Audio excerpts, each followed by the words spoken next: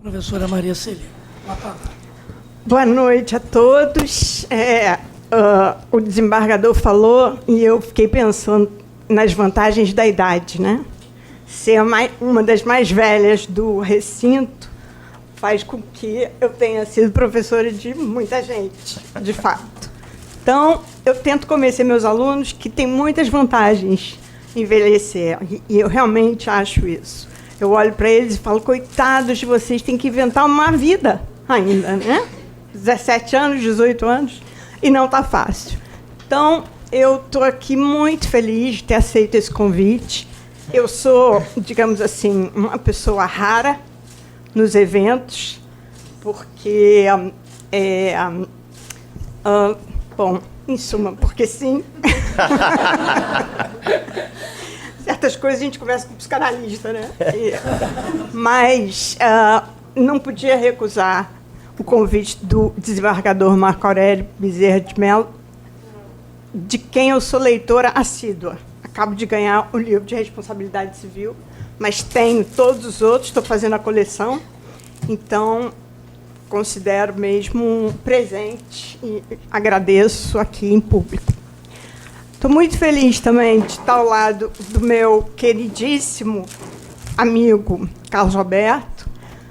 Temos sempre muitos assuntos, né? E estamos tentando colocar em dia, mas vamos agora nos telefonar, então já estabelecemos. É um imenso prazer vê-lo aqui. E também a Flávia, que foi minha aluna querida, como todos, uma vez aluno, sempre aluna.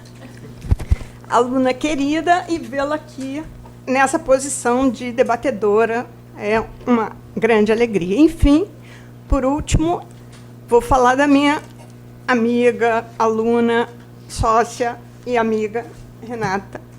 E, por causa dela, em vez de eu falar sobre dano à pessoa humana, que é uma tese, é um tema muito grande, eu resolvi, já que ela vai falar das relações de família, eu resolvi também falar da responsabilidade civil nas relações de família.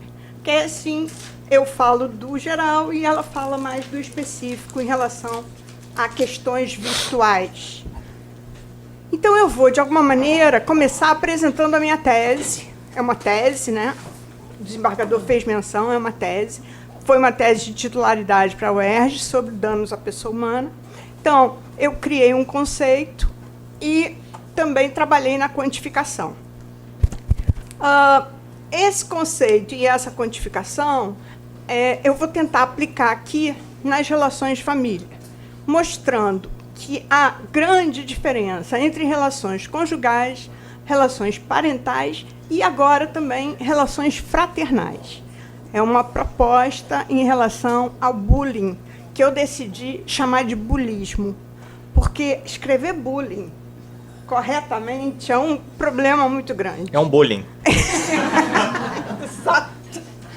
É um bullying. Então, para facilitar, vamos chamar de bullismo, porque está na hora de aportuguesar certos conceitos, e esse, particularmente, é um conceito muito importante. Eu queria começar com uma frase que, na verdade, é o título de um livro de um psicanalista chamado Donald Winnicott. E ele diz, tudo começa em casa. De fato, tantas são as coisas que começam em casa. Mas, em particular, não só a nossa vida começa em casa, mas a violência também começa em casa. Então, eu queria falar particularmente desse mal, digamos, da nossa época, né? Desse espírito da nossa época, que é a violência dentro de casa. E mostrar que há remédios possíveis e que a responsabilidade civil é um deles. E a responsabilidade civil deve ser aplicada na família, mas com todos os cuidados, como tudo aquilo que diz respeito à família. Tudo que diz respeito à família tem que ser com todos os cuidados, porque é o que diz respeito à nossa vida. O Winnicott diz, também a saúde mental, ela está ligada à democracia. Então, a gente precisa de indivíduos saudáveis para que a nossa democracia seja também saudável. É impossível não mencionar o fato de que o Brasil é um dos países mais violentos do mundo, não só em termos de violência social, mas também em termos de violência doméstica. É o 5º país em número de feminicídio, e etc. Então, o feminicídio, eu acho que mostra bem, né, lá o resultado final dessa violência que existe em casa.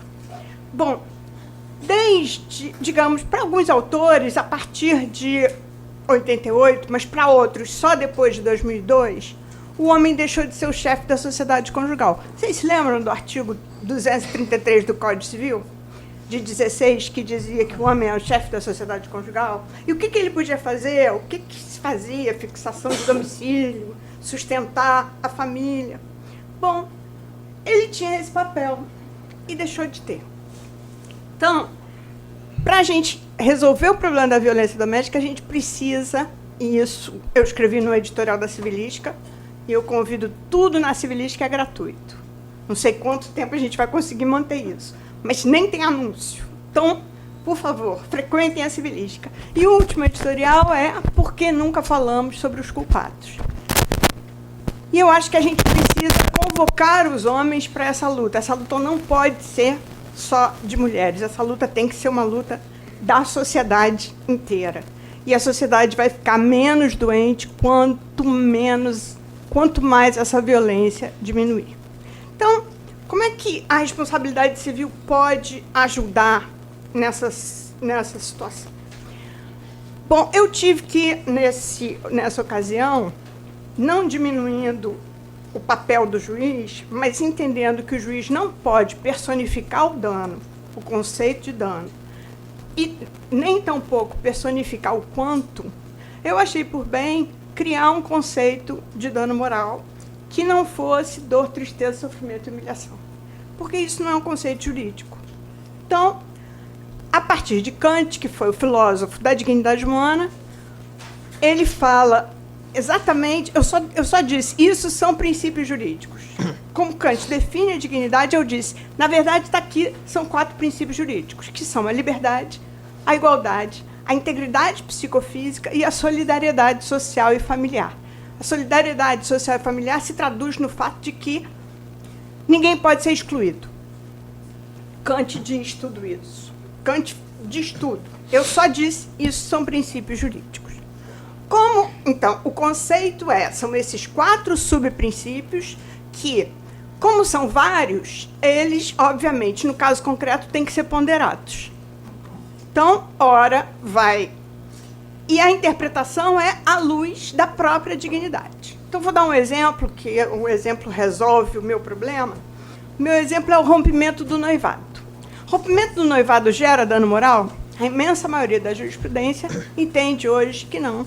Mas, na doutrina, ainda há bastante gente que entende que sim. Bom, todos aqueles que entenderem que é dano moral, dor, tristeza, sofrimento e humilhação, tenderão a achar que, de fato, dependendo de como. E aí a questão a minha resposta vai ser depende. Então, como se dá normalmente o rompimento do noivado? O sujeito chega um mês antes do casamento, eu sempre conto essa história dessa maneira, porque eu vejo, é como se fosse um filme. Um mês antes do casamento, ele se apavora, ele fala, bom, pensando bem, eu não preciso casar agora, né? Para que eu vou casar agora? A mulher tem lá o relógio biológico, mas o homem não. Então, ele fala, benzinho, que tal se a gente adiasse? E ela vai dizer, como adiar? Adiar? O que é adiar? Adiar para quando? Adiar em que termos? E não, vamos adiar, depois a gente vê, né? Isso aqui é aquela conversa assim para dar errado. E aí, 3 semanas antes, ele toma coragem e fala, não vou casar, resolvi que eu só vou casar depois. E ela arrasada, vou dizer arrasada, né, com todo o ódio do mundo também, onde que eu fui amarrar o meu burrinho, ela resolve entrar com uma ação e pedir a indenização. Tem uma dor, uma tristeza, um sofrimento imenso. Por outro lado, tem também no ordenamento a garantia da liberdade de casar ou não casar. Garantia essa de liberdade que o Código Civil se preocupa extremamente. Vocês sabem que, se de brincadeira um dos noivos disser não na hora, na frente do juiz, ele não pode mais casar naquele dia. De brincadeira, estou brincando. Não, não pode mais casar no dia, né? Só no dia seguinte, para mostrar que a vontade é livre. Então, eu tenho, de um lado, a dor, tristeza, o sofrimento dela, a integridade psicofísica, e de outro, eu tenho a liberdade dele de casar ou não casar. Então, o que vai acontecer? Quer dizer, se ele tem liberdade de não casar, ele tem liberdade de, claro, danos patrimoniais, da festa. A questão é o dano moral. Nessa circunstância, eu entendo que não há dano moral, porque a liberdade é mais forte. Se, em vez dele fazer isso, ele chega na hora do altar e aí fala, não, pensei melhor e não quero casar.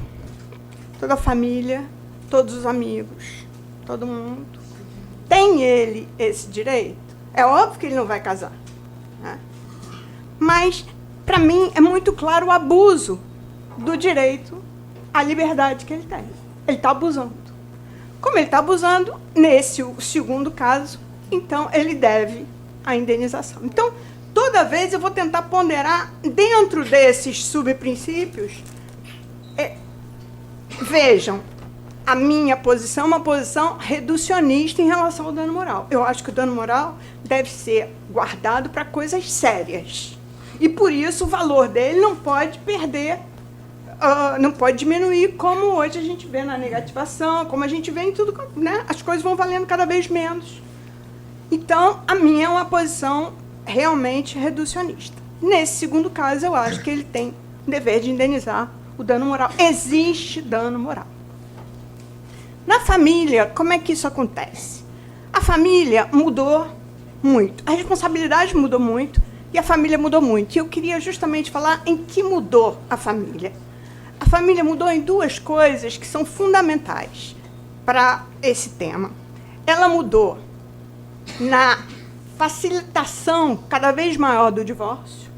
Então, o eixo central da família não é mais a relação conjugal, era quando o casamento era indissolúvel.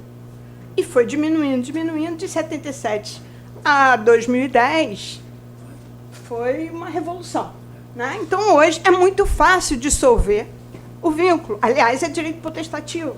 Então, realmente não podia ser mais fácil, basta querer. Então, além disso, uma outra mudança que foi muito importante na família foi que, justamente por isso, pela mesma razão, pelo fato de ter se tornado dissolúvel, é que, ao contrário do que dizia Hegel, Hegel dizia na família o todo é mais importante que as partes. Hoje, a gente sabe, e a gente vê, e a gente defende, as partes, os membros, são mais importantes que o todo. Né? A família está ali justamente para que todos os membros se sintam o melhor possível, para favorecer o melhor possível, mais ainda as crianças do que os adultos. Então, na relação conjugal, eu acho que existe dano moral. Não acho que possa haver dano moral por infidelidade, por descumprimento dos deveres conjugais. A doutrina é dividida. A jurisprudência está mais do meu lado, considera mais que não pode haver. É claro, por ilícito absoluto, não há a menor dúvida, né? Mas por ilícito relativo ou específico do descumprimento em São Paulo tem uma grande doutrina favorável a isso, inclusive do descumprimento do débito conjugal. Né? A professora Regina Beatriz Tavares da Silva, ela sustenta, entre outros, ela sustenta que o descumprimento do débito conjugal gera indenização. Então, isso eu acho que contraria inteiramente, por exemplo, o meu pensamento e o que eu entendo como integridade psicofísica da pessoa. Não é disponível, não está disponível a integridade psicofísica da pessoa. Então, eu acho que nas relações conjugais não há não há dano moral por descumprimento dos deveres conjugais. Por quê? Porque as pessoas são iguais, né? Adultas, são iguais, e o vínculo da solidariedade já não está mais forte. Então, se de um lado eu tenho a liberdade, eu faço o que eu quero, vamos dizer, eu resolvi trair o meu marido, isso é o princípio da liberdade, do outro lado a solidariedade não segura o vínculo, porque, na verdade, eu resolvi trair e ele pode pedir o divórcio a qualquer hora. Então, não tem nenhum princípio que garanta indenização. Então, eu acho que não pode haver indenização nesse caso. Nas relações paterno-filiais, aí é exatamente o contrário. Nas relações paterno-filiais, essas é que se tornaram tendencialmente, elas são tendencialmente permanentes. É muito raro e adianta muito pouco a suspensão do poder familiar, como a gente sabe. E é frequente, a gente sabe também, em particular no Brasil.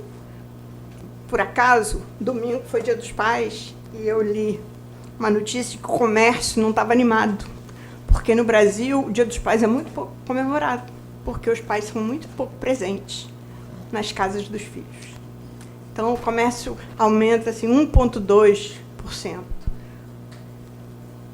Então é frequente os filhos serem criados sem os pais. E a discussão no direito de família ficou sendo a seguinte: o pai é obrigado a pagar alimentos. Ok. Mas ele tem que dar alguma coisa a mais? E a jurisprudência andou vacilante do STJ. No começo disse que não, que ninguém é obrigado a dar amor. E é claro que ninguém é obrigado a dar amor. Por isso que não se pode chamar de abandono afetivo. Não é afetivo o abandono é moral. E o descumprimento é do artigo 229 da Constituição, que diz que os pais têm o dever de criar, educar e sustentar os filhos. Então não é só sustentar, é criar e educar.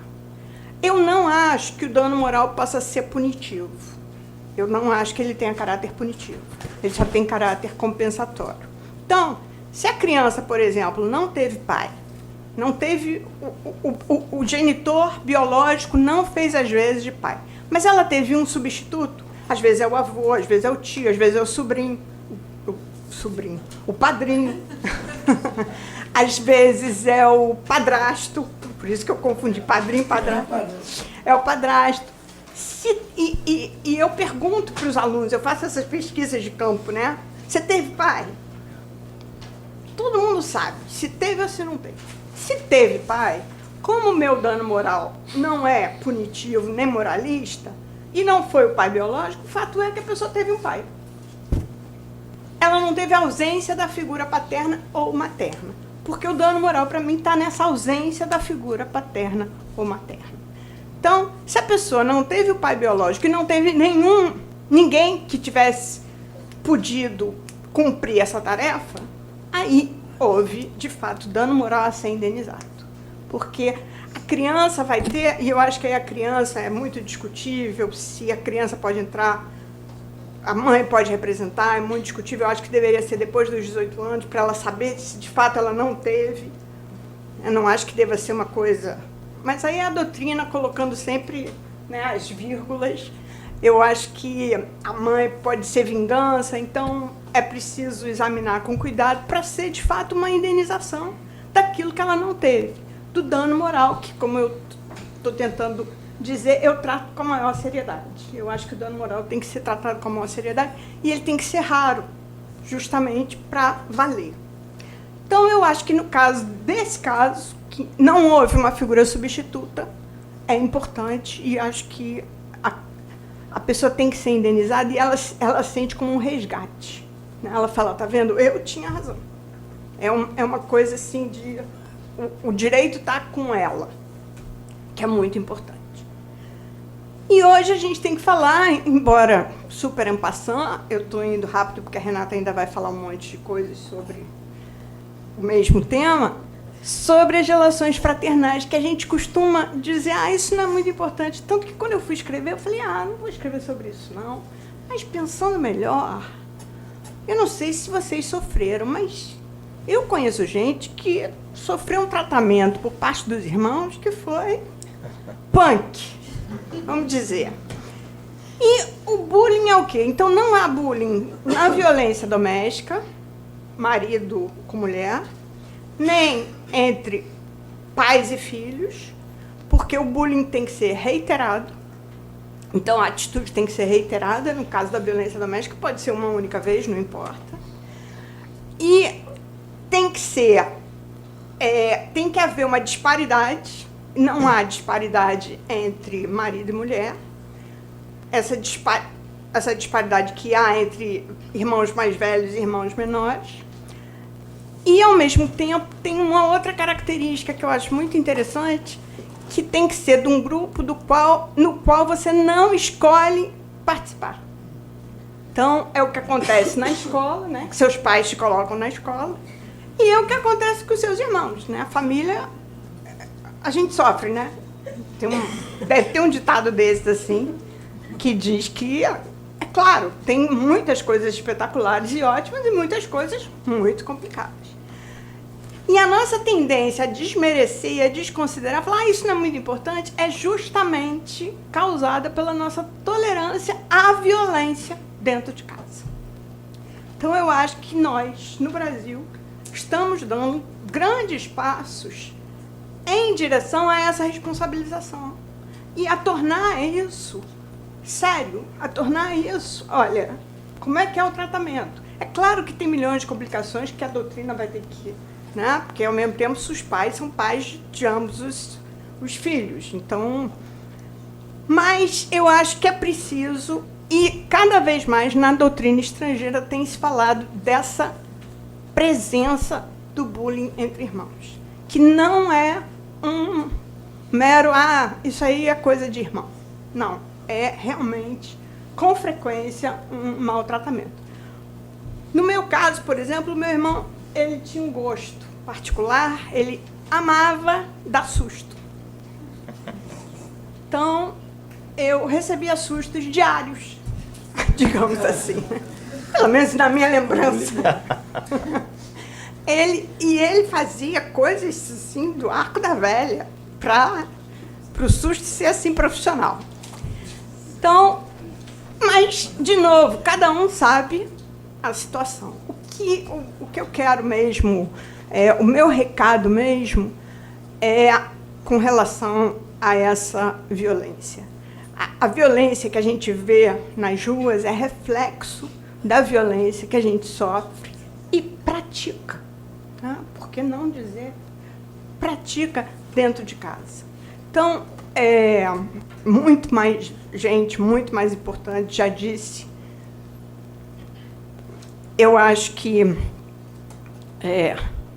tem um filósofo de quem eu gosto muito que se chama André Comte-Sponville, é um filósofo da atualidade, francês, e ele tem um livro chamado O Pequeno Tratado das Grandes Virtudes.